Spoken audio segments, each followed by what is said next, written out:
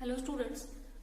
Yesterday we have discussed the previously asked questions from the chapter wave optics, and even your RT for that chapter has been completed now. So that's why let's discuss the next RT chapter, that is dual nature of radiation and matter. And in this chapter again we will do the same procedure like I have just taken first of all those questions that are related to the theoretical approach, like with derivations and with conceptual problems. So such types of questions first of all I am taking, and also the graphical problems here in this chapter are very important. And after that we will discuss the numerical problem that is asked here. So I think this is the best way to revise also, to understand the concept also, and again to solve easily the numerical problem based on that also. So here one by one the question that is asked in your paper, we will discuss that. So the first question that is asked, and that is very important question, what is the experiment of Holvos and Leonard on photoelectric effect, and also what is photoelectric effect and what is their experimental result. So this is a long answer question that is asked.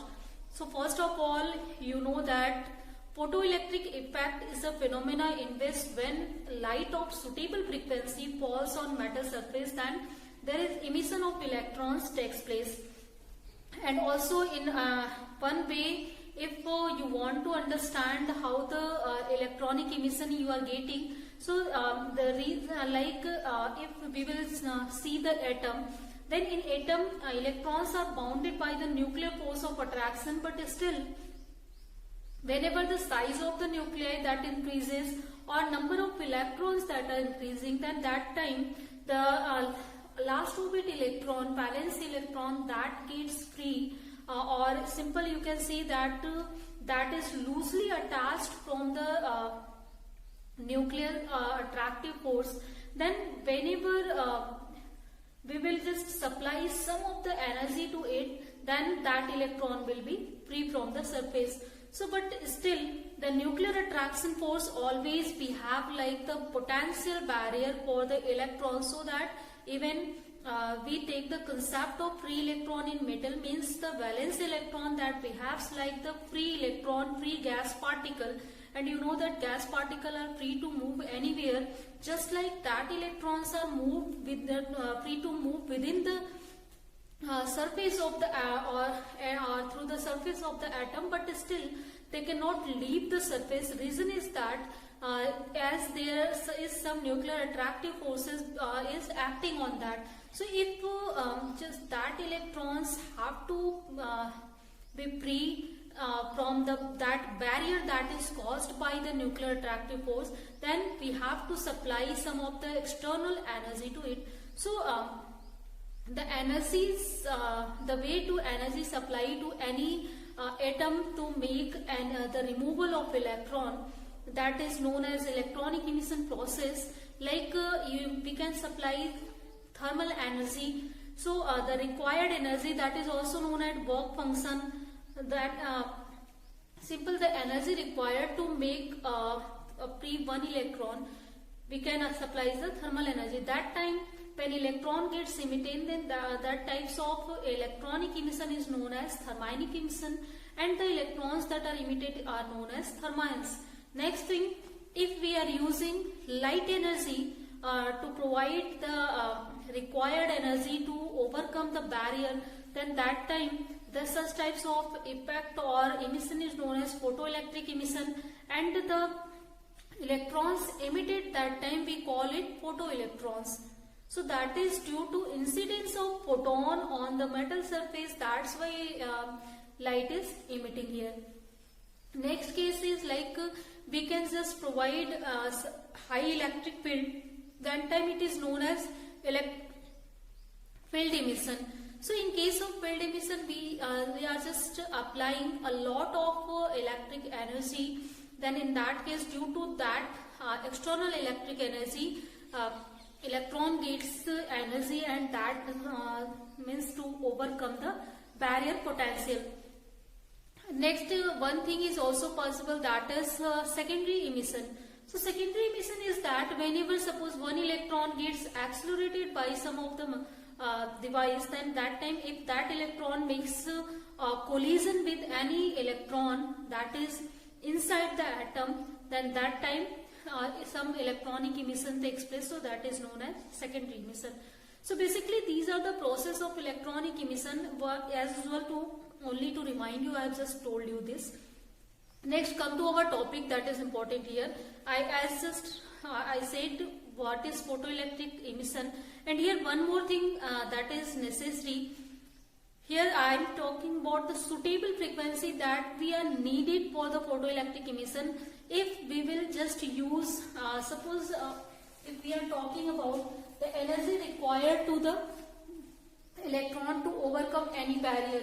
So in that case, suppose if that energy is equal to 4 electron volt, means any electron that is needed to be free, the 4 electron volt, then if we will just use the energy below this 4 electron volt, then obviously that energy will not be sufficient to remove this electron from the orbit. So that's why we always need energy greater than this. So this is the reason, as you know that here we are talking about the quantum optics, as we have already studied about the ray optics or geometrical optics. Second, wave optics. Third is we are calling quantum optics, where we are taking the nature of light as a particle nature, as a photonic nature. So here the particle that through which light is made up of, that is called photons. And also the principle that just tells us this thing, that is Planck's law. So Planck's law tells us that here light is made up of a large number of small packets of particles, that is known as one photon or one quanta, and each photon has an energy that is equal to h nu, where h is Planck constant, nu is frequency of the light. So here it means that if any light has n number of photons, then its total energy will be equal to ns nu, simple. So this is also known as integral multiple of these things, means any light source can emit only energy in the integral forms, not in continuous form. So if integral forms energy will be emitted, it means that whenever one electron will fall on any metallic surface, then that whole of the energy will be absorbed by the electron here. So this concept you must have to understand. One electron, if it is falling on the surface, then whole of its energy S nu will be absorbed by the surface. As wave optics tells us that whenever light will fall on any surface, then some of its intensity will be used, then some of its energy will be used. Means it is talking about the continuous emission, but still we are not getting anywhere continuous emission. So that was the discrepancies of wave optics. So here in this chapter we are also going to talk about the discrepancies of the wave optics or wave nature of light, why we are needed a new types of nature of light here. So later we will discuss that while discussing the Einstein photoelectric equation, because there we have just seen the cases of discrepancies and also uses of particle nature. But still here, first of all, let's see the Holbos and Lenard's experiment here. So simple for the experimental, I think now the photoelectric effect is clear. Simple, the light of suitable frequency, whenever it falls on any metallic surface, there is emission of electrons takes place. So if for experiments, they just used a circuit, and for this circuit, this is suppose any metal, and this is cathode plate, this is anode plate. Then they just join this anode plate by some battery and this cathode plate. So this join anode at the positive potential, cathode at the negative potential. Very simple circuit is that I am going to use here, and light is just falls on this cathode. Then you know that whenever cathode will get heated, then that time electrons will get emitted from here. This law and this theory you know that from the Thomson law already. So only this is the experimental setup through which we can just get law of photoelectric emission. So one by one the factors that affecting the flow of current that we will discuss.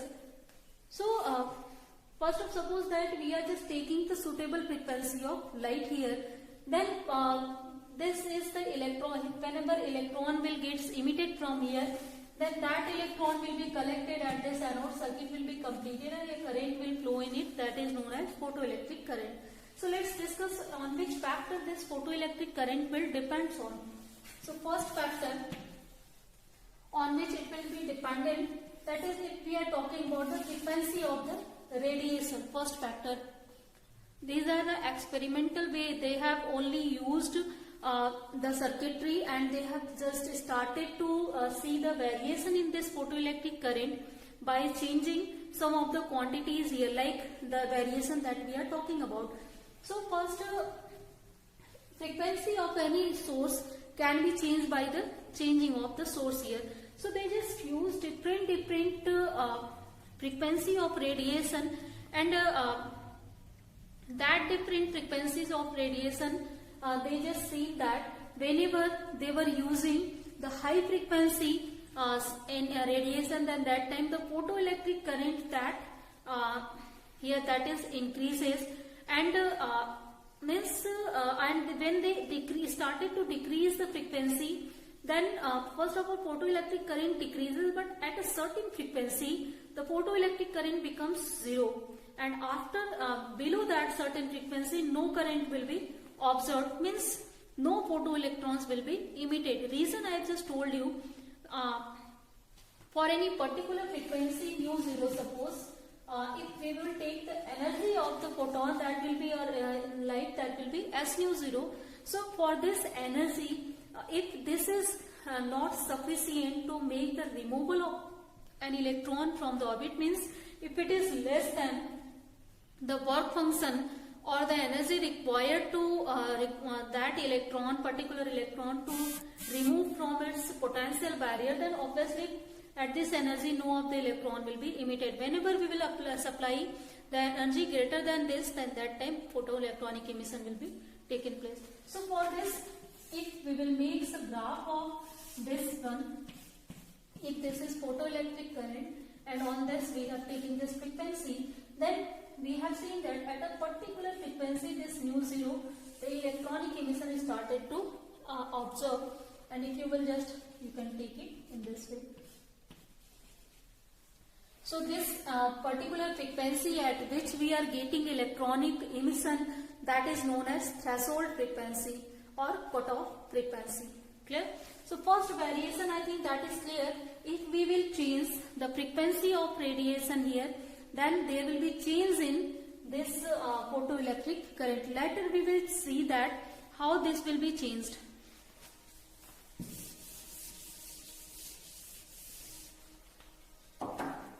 Second concept we have the intensity of incident radiation.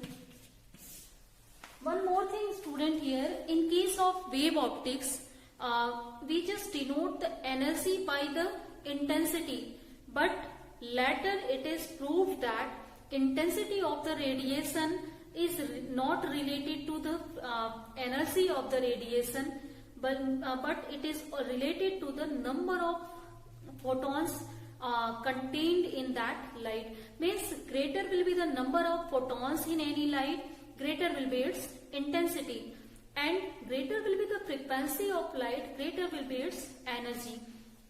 So in first case, whenever we were just increasing frequency, it means that we are increasing energy, and electron use that energy in two ways. As I told you that whenever photon will incident on any metallic surface, then that time whole of the photonic energy will be absorbed by the electron, not the fractional, whether it is needed or not. It will take whole of the energy, and it will use some of the energy to overcome the potential barrier, and rest of the energy it will use to increase its kinetic energy. So greater will be the kinetic energy, greater will be the collection at this anode and greater will be the current in the circuit. Clear? Second thing, if I just told you intensity of the radiation, if this is changing, then it means that the number of electrons that will change here. So if we will increase the intensity of radiation that is falling on this cathode, then with increase in intensity of radiation, number of electrons will increase, and with increase in number of electrons, obviously more electron will be collected at anode and more current will flow in the circuit. So simple, with increase in intensity, photoelectronic current that increases. Third factor here that we will have to understand, that is the variation of photoelectric current with this anode potential. So if we will see the variation of photoelectric current with anode potential, then there are two ways to give potential at anodes. First, if we will just start to increase the positive potential on anode, then obviously you know that the electrons that are emitted here, they are negatively charged ions, or they are negatively charged electrons. Then that negative charge will be obviously attracted by the positive potential easily. Means if we will increase continuously this potential, positive potential, then there will be increase in the collection of number of electrons here also. Means more or more rapid electrons will be collected at anode if positive potential at anode will be increases, and obviously if a collection of electron will be increased, then definitely this photoelectric current will increase here. But when we start to decrease now this anode potential, then suddenly current doesn't become zero, but still if we start to decrease it, then some of the electrons even that time are capable to reach here, as the electrons that are in the outermost orbit, they needed only some amount of energy to overcome the barrier. Then most of the energy they are using to increase their kinetic energy. Means they have sufficient kinetic energy to overcome this negative potential on the anode. So continuously when we start to decrease, then some of the electrons, they have enough energy to reach here, then they are just reaching, and some of the current we are getting, but still the current starts to decrease now. So if you will plot this graph for this, then at any value, this is positive value, we are getting higher current here, and if we just start to decrease this anode potential, this is zero value, then that time the current started to decrease, but ultimately for some negative potential at anode, this current becomes zero, as that time for that particular value of anode potential, no of the electrons are able to overcome this repulsive force. Obviously, if we will apply here negative potential, it means that we are using the repulsion energy to just repel these electrons. So if electron don't have enough energy to overcome that repulsive force, then that time no of the electron will be collected at anode, circuit will not be completed, and obviously I becomes zero.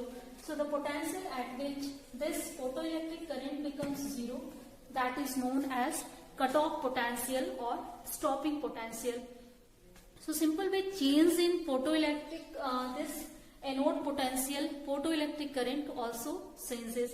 So these are variations helps us to understand on which factor photoelectric current is depending on. So if we have to bought or get a large amount of photoelectric current, then we have to keep all these factors in our mind.